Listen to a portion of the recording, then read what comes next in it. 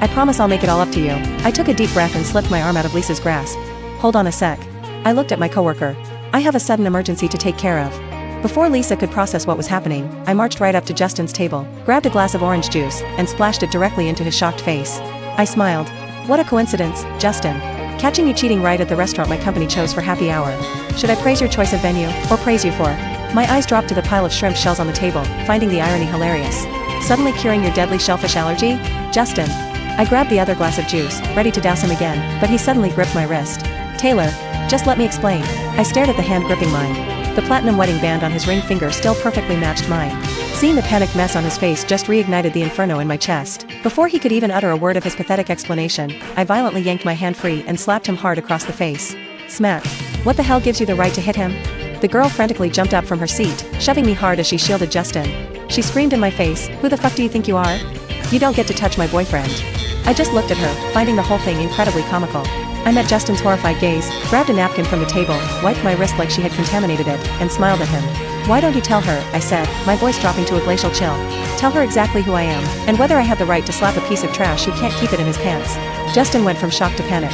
Seeing my aggressive stance and the girl's fearless, clueless defense of him, he actually wrapped a protective arm around her. "Taylor, it takes two to ruin a relationship." He pulled the girl behind him. Lisa had finally caught up and rushed to my side, asking, "Boss, do you need me to call someone?" I just shook my head, listening to Justin spew his garbage. "Taylor, we've been together for 5 years, married for 3. Have you ever stopped to think about how many issues you bring to the table?" Justin actually had the audacity to look me dead in the eye. "I admit, I relied on you to get my footing in Silicon Valley, and your connections helped me get where I am today.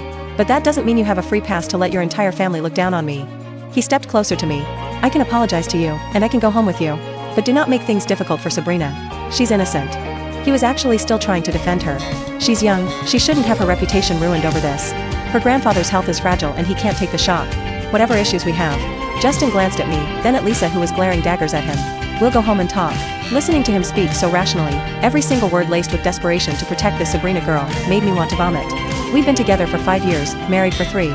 When Justin first launched his tech startup, I practically begged everyone in my network for favors.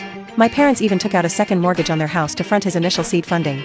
Back then, whenever the funding came up, Justin would get teary-eyed and swear to me, "Taylor, I owe you my life.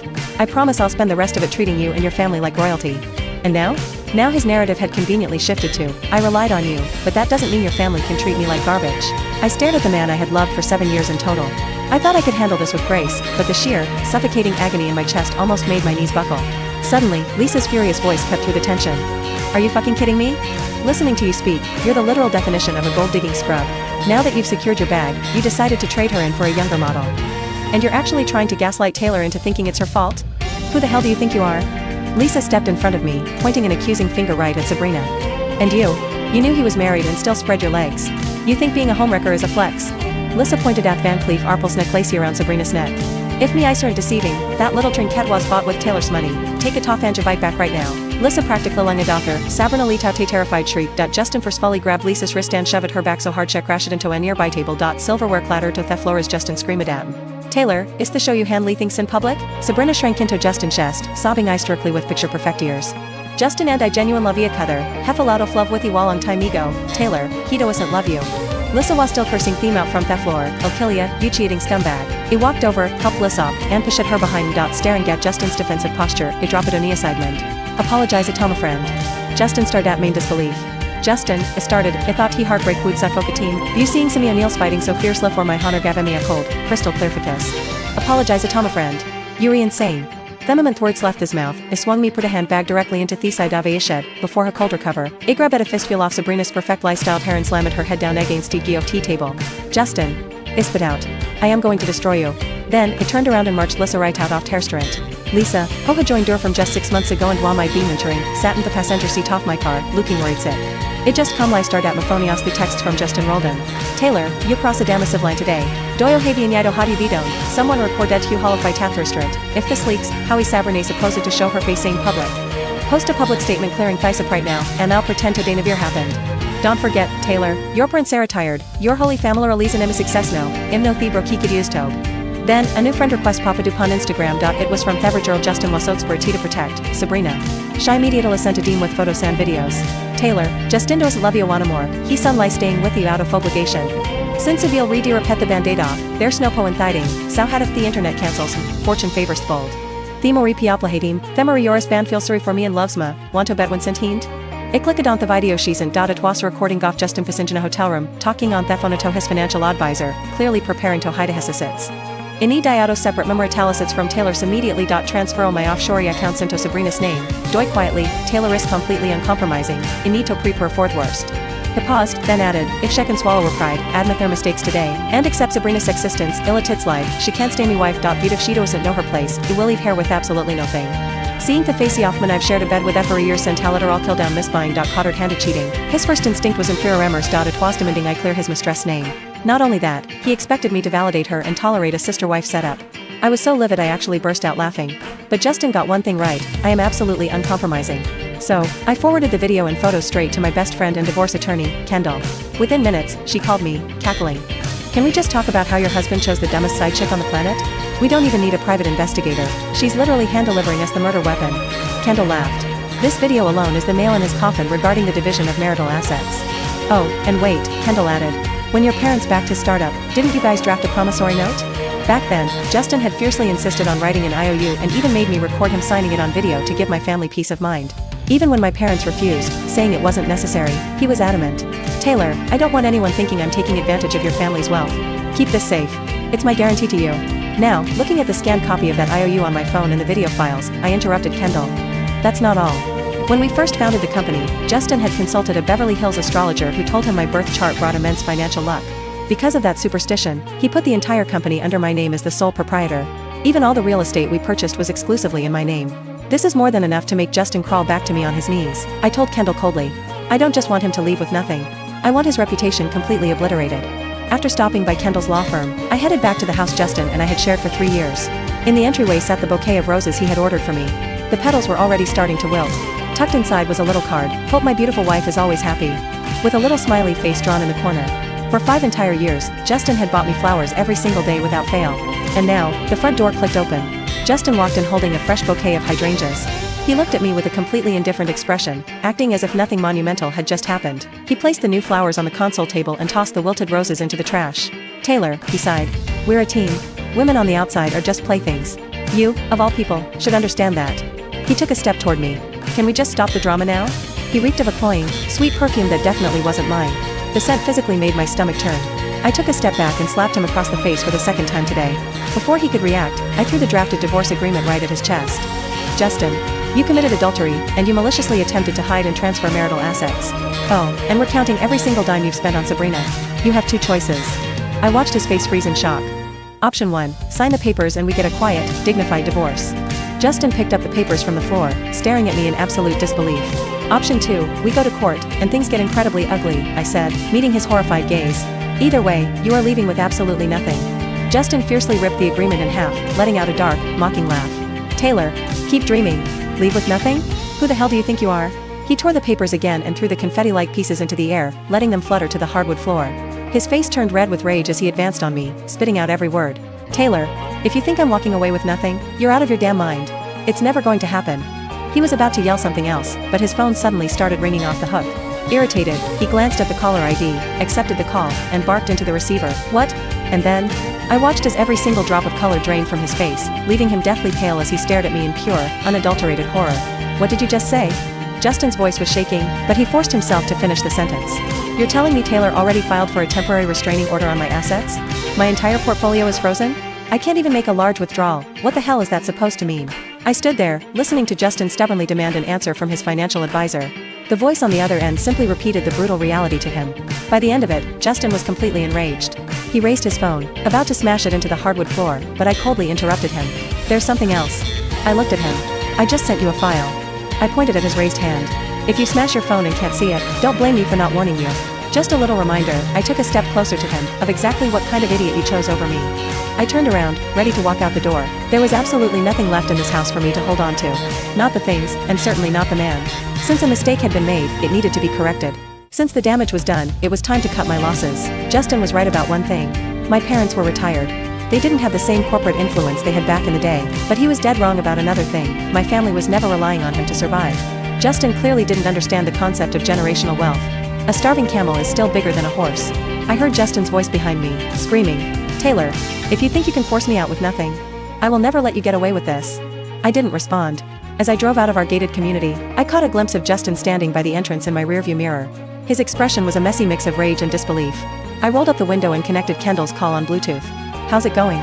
She gave me a quick rundown. "I've officially frozen all of Justin's assets. The next step is clawing back every single dime of marital funds he spent on Sabrina during your marriage." Kendall let out a dry laugh.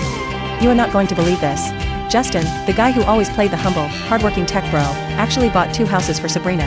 One for her to live in as his sugar baby, and the other as a wedding gift for Sabrina's younger brother. Her entire family treats Justin like a literal god. But there's one tiny detail," Kendall's laugh turned vicious, "that Justin definitely doesn't know about Sabrina's little brother." Listening to Kendall lay out Sabrina's chaotic family tree and their twisted interpersonal relationships, I suddenly pictured Justin's face. I couldn't help but laugh out loud. I laughed at Justin's sheer stupidity, at how easily he was being played by a girl like that. And I laughed at myself for wasting 7 years of genuine love on a complete fraud. But now, everything was finally back on track. I simply told Kendall, "Whatever happens to Justin now, it's nothing but karma." Back in the house, Justin stared at the half-empty rooms where my belongings used to be. Suddenly, he felt a strange, hollow void in his chest. He couldn't quite put a finger on what it was. Remembering what I had said, he opened his phone and clicked on the file I had sent him on WhatsApp. It was a video of Sabrina. She was standing on the balcony of the luxury condo he bought her, talking calmly on the phone. "Yeah. If Taylor can swallow her pride and accept me, I'll consider letting Justin stay with her. After all, Taylor did help him out a lot in the beginning. And because of that, Justin always feels inferior around her. But with me, it's different. I depend on him to survive. It's only when he's with me that he actually feels like a real man. Not like when he's with Taylor. With her, he always feels like she's this high and mighty heiress, and he's just her servant. He's basically the Bieber family's lapdog." Justin's face froze in horror. He scrolled down past the video and saw the screenshots of the DMs Sabrina had sent me. "Did you see that, Taylor? In Justin's heart, you were never anything more than a stepping stone for his career. He never actually needed you. You were just a tool for him to climb the social ladder, not a lover. And me? I didn't have to lift a finger to win his heart. I'm the one he actually wants to protect for the rest of his life." Staring at Sabrina's incredibly arrogant messages, Justin felt like all the oxygen had been sucked out of the room. His heart slammed painfully against his ribs. He suddenly remembered the day she filmed that video. After he finished his phone call, he had caught Sabrina frantically putting her phone away. He even smiled and asked her what she was doing.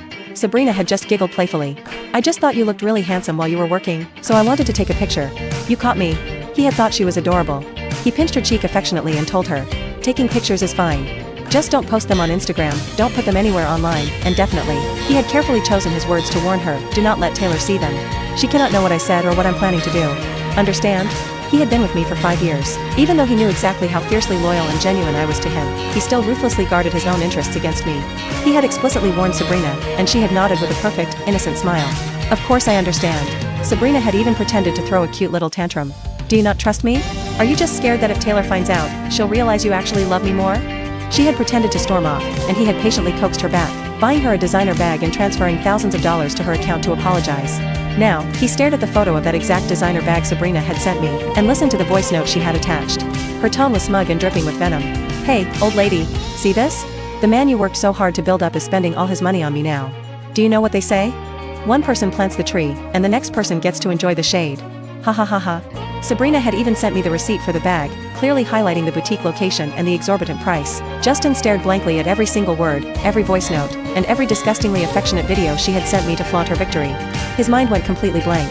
It took him a few seconds to realize his hands were trembling violently, and a cold sweat had broken out across his back. Suddenly, Sabrina called him. His chest seized.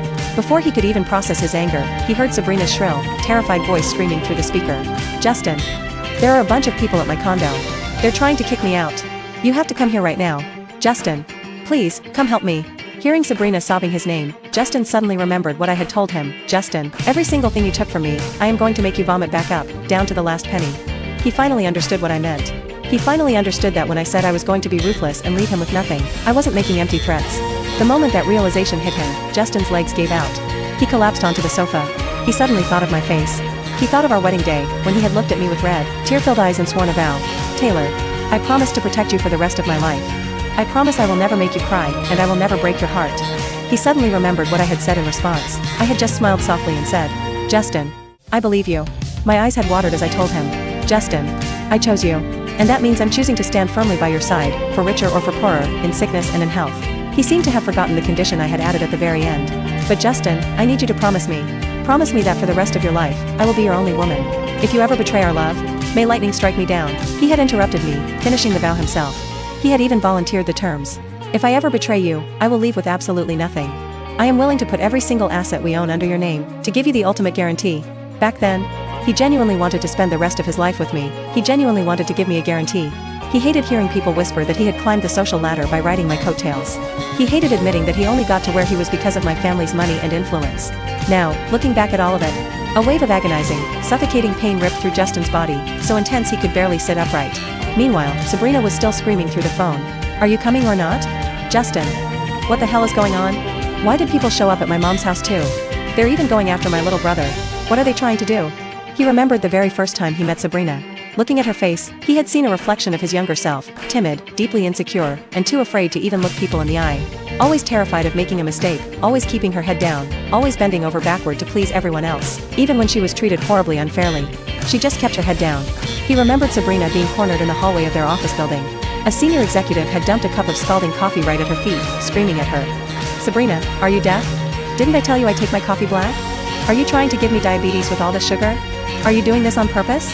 Sabrina had just stood there, staring at the floor, too terrified to speak. But he had seen it clearly. Sabrina was trembling. Her entire body was shaking. And seeing her brought back memories of how he used to be bullied, how he used to be so paralyzed by fear that he couldn't utter a single word in his own defense. He had suddenly marched right up to Sabrina, kicked the empty coffee cup across the hallway, and roared at the executive. "If you don't want to work here anymore, then pack your shit. My company does not need useless trash who bully their subordinates." He had stood up for Sabrina. He had grabbed her by the wrist, dragged her right into the middle of the bullpen, and announced to the entire floor, "From now on, anyone who bullies Sabrina is picking a fight with me." He was the CEO, no one dared to cross him. He had only meant to help Sabrina out of a tough spot, but he never expected that after that day, she would start bringing him homemade lunches.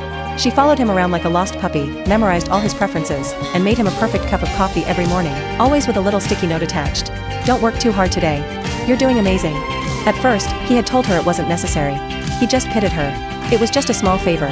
But then, Sabrina had suddenly kissed him. She had shown up blackout drunk, intercepting him on his way home from work. Right in front of him, she started stripping off her clothes, crying hysterically. "I don't need a title. I don't need anything. I just want to be by your side." When he had rushed to Sabrina's condo just now, he saw absolute chaos. Court-appointed bailiffs were taping a foreclosure notice to her front door. Sabrina had collapsed in a heap, screaming in pure devastation. "You can't kick me out. This is my home." When she saw him, it was like she saw her savior. She grabbed his arm frantically. "Justin, tell them this is my house, make them leave." Seeing Sabrina crying so brokenly, he suddenly couldn't seem to remember the intense, protective affection that had sparked their initial affair. Instead, his mind flashed back to the very first time he met me. It was exactly the same scenario. He had just had a cup of coffee thrown in his face. He had prepared the wrong presentation materials, costing his previous firm $1 million contract. His boss had been so enraged he threw his coffee directly into Justin's face, screaming at him. "You are a useless piece of trash." His face had been burning hot from the coffee, but he hadn't dared to look up. He just stood there and took the boss's furious screaming. "Get the fuck out. Don't ever show your face here again." And then, suddenly, someone had handed him a napkin and offered a warm, comforting smile. "It's okay." I had walked right up to him. Just like he had protected Sabrina, I had stepped in front of him and calmly addressed his boss. "I've already contacted a rival firm. I pulled a folder out of my bag and dropped it on the table. And they are willing to sign with us for a much higher premium." I effortlessly solved his massive crisis, and then I laid out my one condition to his boss. "But there's one catch. You keep Justin on the team." That was the first time Justin had ever felt protected by someone else. He had been deeply moved. He asked me multiple times why I helped him, and I always just gave him a casual smile. It was just a small favor. I emphasized that it was no big deal. But he had firmly decided that he had to repay me, that he had to show his gratitude, that he had to do something for me. So he started pursuing me. He memorized all my preferences, brought me breakfast every morning, tracked my menstrual cycle so he could make me ginger tea, and whenever it rained, he was always there waiting with an umbrella. Then, he had smiled at me and said, "Taylor, I know we come from completely different worlds. I just want to treat you well. I want to use my own methods to give you the best." Eventually, I actually agreed to date him. And later down the line, as Sabrina violently shook his arm, bringing him back to the present, Justin suddenly remembered all those texts. He remembered the arrogant, mocking voice notes and videos she had sent me. A wave of absolute revulsion washed over him. He violently shoved Sabrina away and roared at her. "Did you contact my wife?" Sabrina's face froze. Justin suddenly let out a dark, unhinged laugh. "Didn't I tell you? I said you could do whatever you wanted. Just don't mess with my wife. Didn't I explicitly warn you? Do not provoke my wife. Why couldn't you just listen?" Justin suddenly screamed at the top of his lungs. "Why?" Sabrina flinched violently and burst into fresh tears. "Yes, I contacted Taylor. So what if I did? She was going to divorce you anyway. I just wanted to tell her the truth so she would stop clinging to you. What did I do wrong? What did I do wrong? Sabrina sobbed louder and louder. I just love you. I just wanted you all to myself. What did I do wrong? Sabrina lunged forward, trying to hit his chest, but Justin grabbed her wrists in a vice grip. Her sobbing choked off instantly. Sabrina. I did like you. I allowed you to stay by my side, and I let you get away with murder, Justin spat, enunciating every single word. But don't you ever forget, from beginning to end, you were nothing more than a dirty little secret. I never, ever planned on marrying you. Sabrina. Your love is utterly worthless to me. Justin shoved her hands away so hard she crashed to the floor. He looked down at her pale, terrified face as the court officials impatiently ordered them to vacate the premises. Justin just gave her a chilling sneer. Sabrina. This is the price you pay for provoking my wife. Justin didn't spare her another glance. He turned and walked straight out of the condo. The next time I saw Justin was in the divorce mediation room. He sat across from me, looking completely haggard. He had lost all the polished, confident aura he possessed when we first separated. The moment he saw me walk in, his eyes lit up with desperate hope. Taylor. I just gave him an icy, indifferent glance as Kendall, acting as my legal counsel, officially initiated the negotiations. After laying out my demands, Justin rejected them without a second thought, stating, I am willing to walk away with absolutely nothing. My only condition is that we don't get a divorce. Taylor. Justin looked at me, his eyes burning with intensity. I've had a lot of time to think lately. I thought about a lot of things. I thought about when we first got together. Nobody thought we were going to make it. A lot of people even laughed at me behind my back, saying I was a toad trying to eat swan meat. But you stood firmly by my side. Back then, Justin was incredibly insecure. He constantly felt like everyone was looking at him with malicious intent, like they were all silently judging him for riding a wealthy woman's coattails. He was convinced they were mocking him, assuming his intentions with me were purely financial. He became paranoid and his temper grew incredibly volatile. If I did even the slightest thing wrong, Justin would explode at me, screaming, Are you just like the rest of them? Do you think I'm just a gold digger? Do you think this is all I'll ever amount to? I'm just a useless frog at the bottom of a well. I'm just a pathetic, uneducated hick who doesn't belong in your world. I would look at him, but I never got angry when he lashed out. I didn't blame him for being sensitive and paranoid. I just felt heartbroken for him. I knew his ego was fragile and he was pushing himself too hard. I was terrified the pressure would break him. So I would just hug him tightly and say, Justin, let me go with you to see a therapist, okay? Or, I would tell him, let's go on a trip. Let's travel the world and clear your head. Everything is going to be okay. But Justin always thought I was mocking him. He thought I was being condescending. He would just push me down on the bed, using sex to aggressively reassert his dominance until we were both exhausted. Then, he would hold me, crying, Taylor. I don't want you to suffer because of me. This is all my fault. We survived the hardest, darkest chapters of his startup phase. As the company slowly found its footing and began to thrive, Justin went from a nobody to a respected CEO, finally carving out his own empire in Silicon Valley. And Justin was always so incredibly proud. Everything I have today is because of my wife. Because of Taylor. Whenever he hosted annual galas, attended charity banquets, or went to high-end auctions, whenever my name was mentioned, his face would light up with genuine happiness. The best decision I ever made in my entire life was choosing my wife. The luckiest thing that ever happened to me was finding her. Justin had finally shed his deep-seated insecurities. He became poised, elegant, and confident.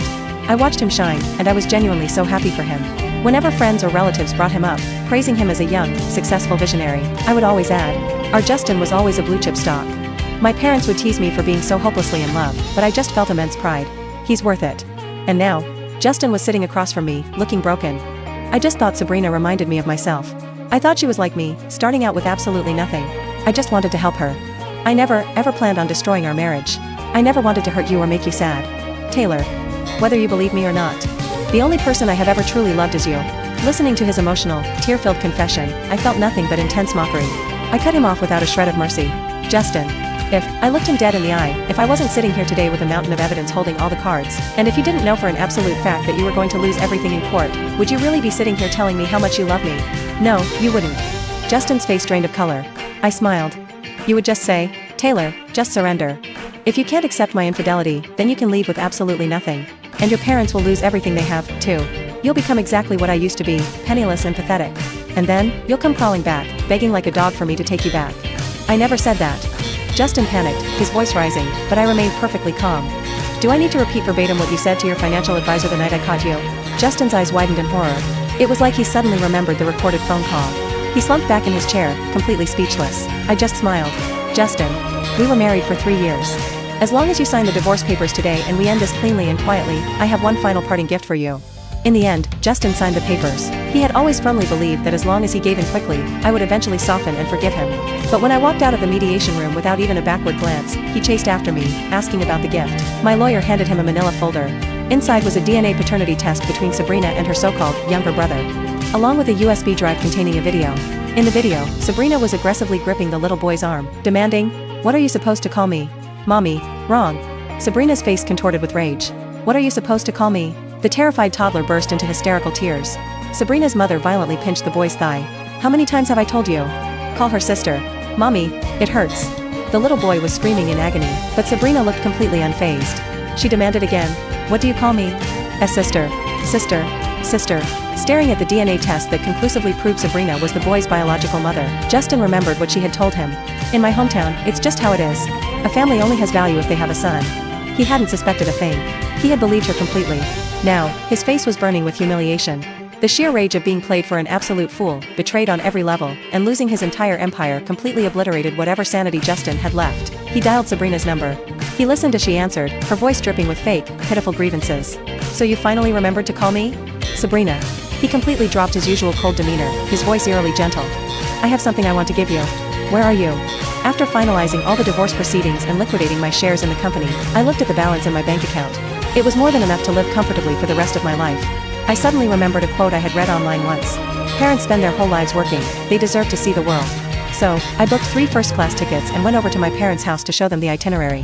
We're going to start in Paris, then head to the Swiss Alps, Santorini, and Kyoto. We can travel the whole world. Knowing my parents would worry about the cost, I put on a slightly sad pout. I've wanted to go on a real vacation for years, but Justin always said he was too busy.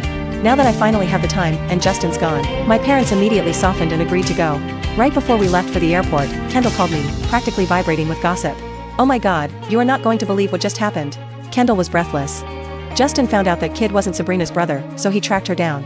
Sabrina thought he was coming to negotiate, and since she still thought he was a multimillionaire CEO, she went out to greet him all excited. And guess what?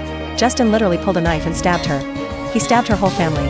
I'm telling you, never back a crazy person into a corner when they have nothing left to lose. Now, Sabrina is in the ICU clinging to life, her mom is dead, and the kid is dead. The kid's biological dad wants nothing to do with her, and she's trying to sue Justin for medical bills. But what does Justin have? Absolutely nothing. I guarantee you, Justin is spending the rest of his miserable life rotting in a maximum security prison. And Sabrina? She got exactly what she deserved. Listening to Kendall's gleeful recounting of the bloodbath, I couldn't help but laugh along with her. My phone buzzed with a text from an unknown number. I looked down at the 3 short words on the screen. "I'm so sorry." I didn't reply. I just deleted the message. Then, I heard my mom calling me from the terminal. "Taylor, they're boarding." I smiled and told Kendall, "I have to go catch my flight. Let's get drinks when I get back." I sat in my first-class seat, looking out the window at the clouds. It felt like my life had finally turned a page. The past was completely and permanently over, and all that was left to do was look forward.